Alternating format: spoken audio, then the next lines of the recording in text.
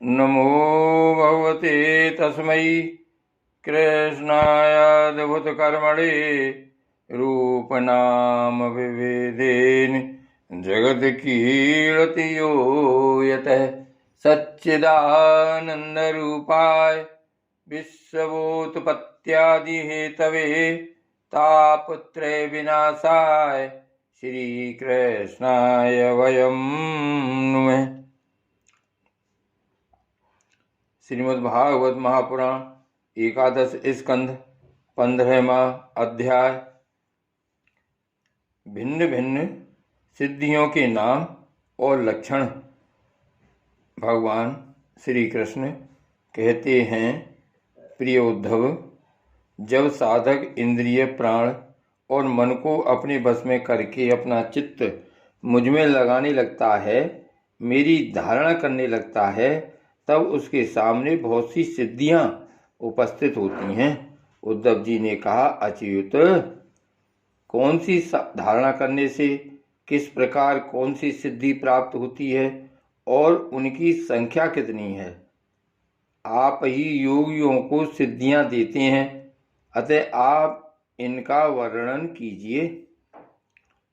भगवान श्री कृष्ण ने कहा, प्रिय उद्धव, धारणा योग के पारगामी योगियों के ने 18 प्रकार की सिद्धियां बतलाई हैं। उनमें 8 सिद्धियां तो प्रधान रूप से मुझ में ही रहती हैं और दूसरों में न्यून और 10 सत्वगुण के विकास से भी मिल जाती हैं। उनमें 3 सिद्धियां तो शरीर की हैं, अणिमा, महिमा और लघिमा। इंद्रियों की एक सिद्धि है प्राप्ति, लौकिक और पारलौकिक पदार्थों का इच्छानुसार अनुभव करने वाली सिद्धि पराकाम्य है। माया और उसके कार्यों को इच्छानुसार संचालित करना ईशता नाम की सिद्धि है।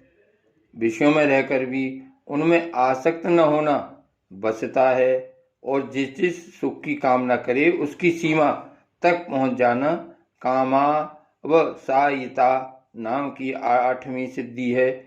ये 8 सिद्धियां मुझ में स्वभाव से ही रहती हैं और जिन्हें मैं देता हूं उन्हीं को अंततः प्राप्त होती हैं। इनके अतिरिक्त और भी कई सिद्धियां हैं। शरीर में भूख प्यास आदि बीगों का न होना, बहुत दूर की वस्तु देख लेना और बहुत दूर की बात सुन लेना, मन के साथ ही शरीर का उस स्थान पर पहुंच जाना, जो इच्छा हो वही रूप बना लेना, दूसरे शरीर में प्रवेश करना, जब इच्छा हो तभी शरीर छोड़ना, अप्सराओं के साथ होने वाली देव कीड़ा का दर्शन, संकल्प की सिद्धि, सब जगह सबके द्वारा बिना ननु नच के आज्ञा पालन, ये 10 सिद्धियां सतगुण के विशेष का विकास से होती हैं।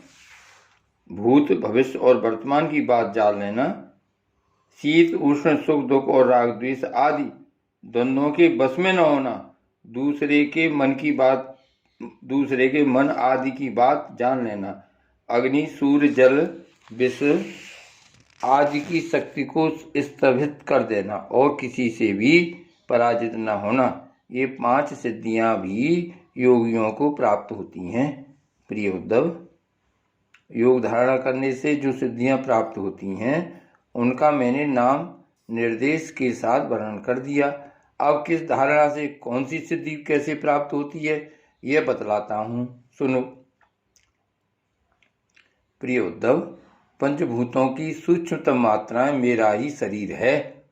प्रिय उद्धव, पंचभूतों की सूक्ष्मतम मात्राएं मेरा ही शरीर हैं।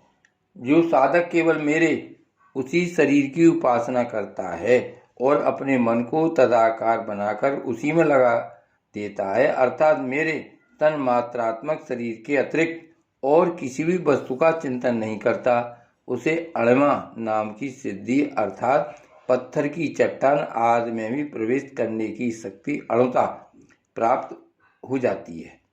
मैं तत्व के रूप में भी मैं ही प्रकाशित हो रहा हूँ और उस रूप में समस्त व्यवहारिक ज्ञानों का केंद्र हूँ।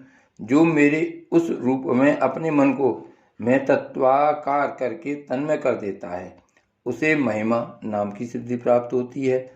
और इसी प्रकार आकाश आदि पंचभूतों में जो मेरे ही शरीर हैं, अलग अलग मन लगाने से उनकी महत्ता प्राप्त हो जाती है। यह भी महिमा सिद्धि के अंतर्गत है। जो योगी वायु आदि 4 भूतों के परमाणुओं को मेरा ही रूप समझकर चित्त को तदाकार कर देता है, उसे लगमा सिद्धि प्राप्त हो जाती है।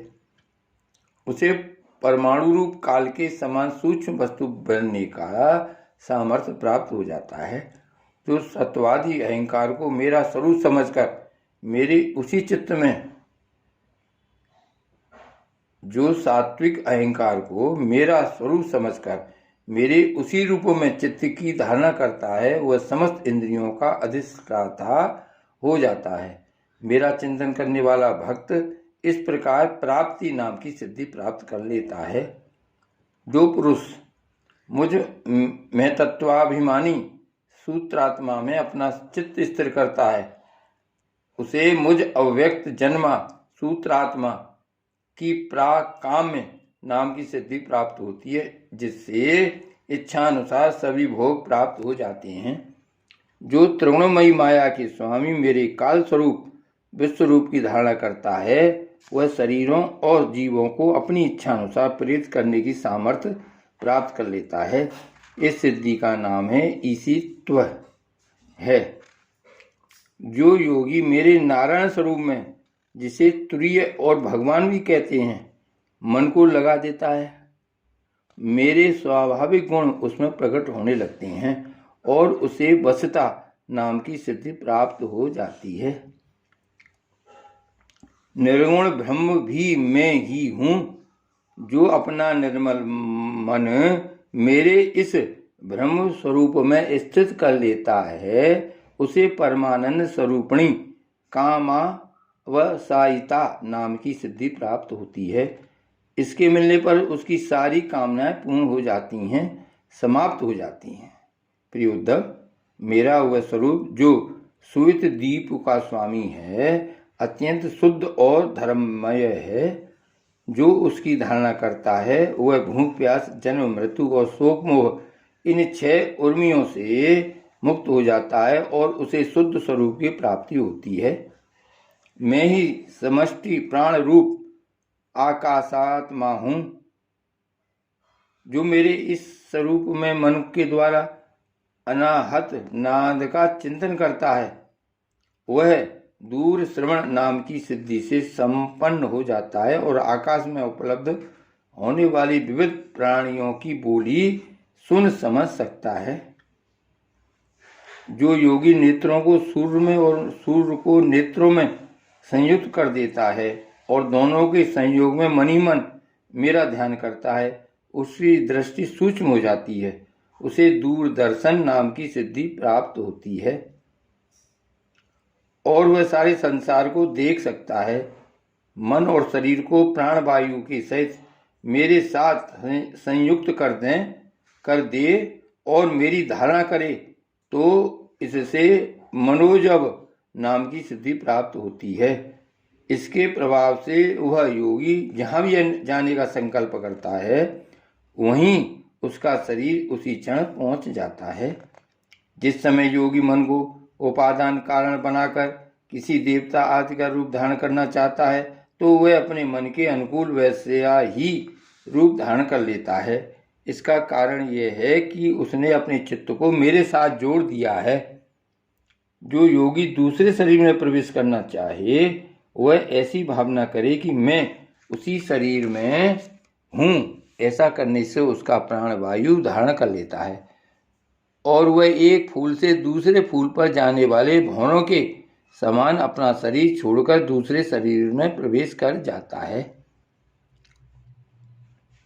योगी को यदि शरीर का परित्याग करना हो, तो एड़ी से गुदा द्वार को दबाकर प्राणवायु को क्रम से हृदय, बक्षस्थल, कंठ और मस्तक में ले जाए।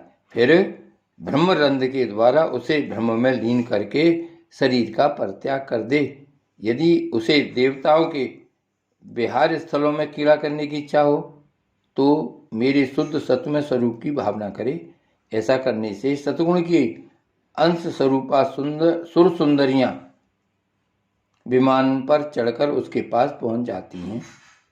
जिस पुरुष ने मेरे सत्य संकल्प स्वरूप में अपना चित्त स्थिर कर लिया, जिस पुरुष ने मेरे सत्य संकल्प स्वरूप में अपना चित्त स्थिर कर दिया है, उसी के ध्यान में संलग्न है, वह अपने मन से जिस समय जैसा संकल्प करता है, उसी समय उसका वह संकल्प सिद्ध हो जाता है। मैं ईसत्व और वसित्व इन दोनों सिद्धियों का स्वामी हूँ, इसलिए कभी कोई मेरी आज्ञा टाल नहीं सकता।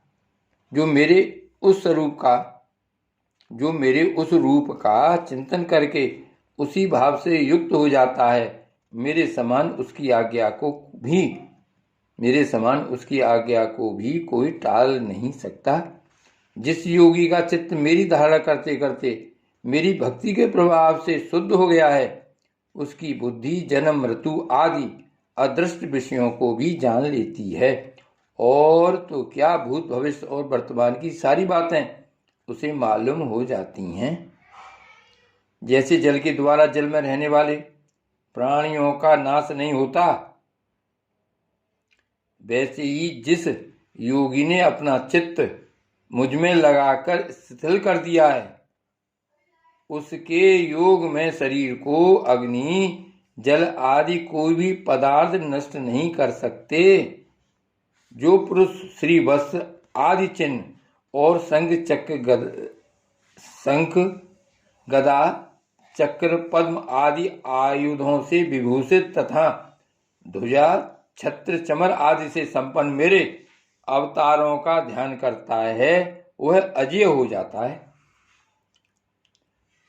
इस प्रकार जो विचारशील पुरुष मेरी उपासना करता है और योग धारणा के द्वारा मेरा चिंतन करता है, उसे वे सभी सिद्धियां पूर्णतः प्राप्त हो जाती हैं जिनका मैंने वर्णन किया है।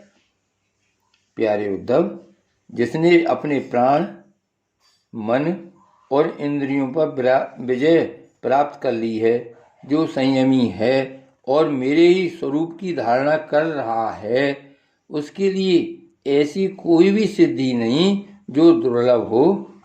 उसे तो सभी सिद्धियां प्राप्त ही हैं, परंतु श्रेष्ठ पुरुष कहते हैं कि जो लोग भक्ति योग अथवा ज्ञान योग आदि उत्तम योगों का अभ्यास कर रहे हैं, जो मुझसे एक हो रहे हैं, उनके लिए इन सिद्धियों का प्राप्त होना एक विघ्न ही है, क्योंकि इनके कारण व्यर्थ ही उनके समय का दुरुपयोग होता है।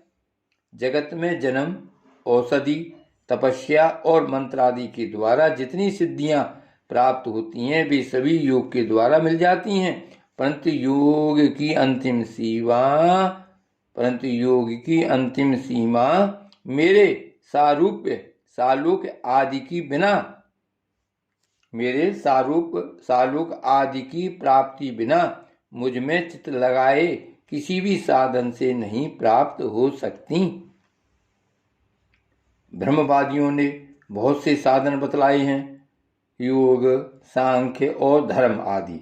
उनका एवं समस्त सिद्धियों का एकमात्र मैं ही हेतु, स्वामी और प्रभु हूँ।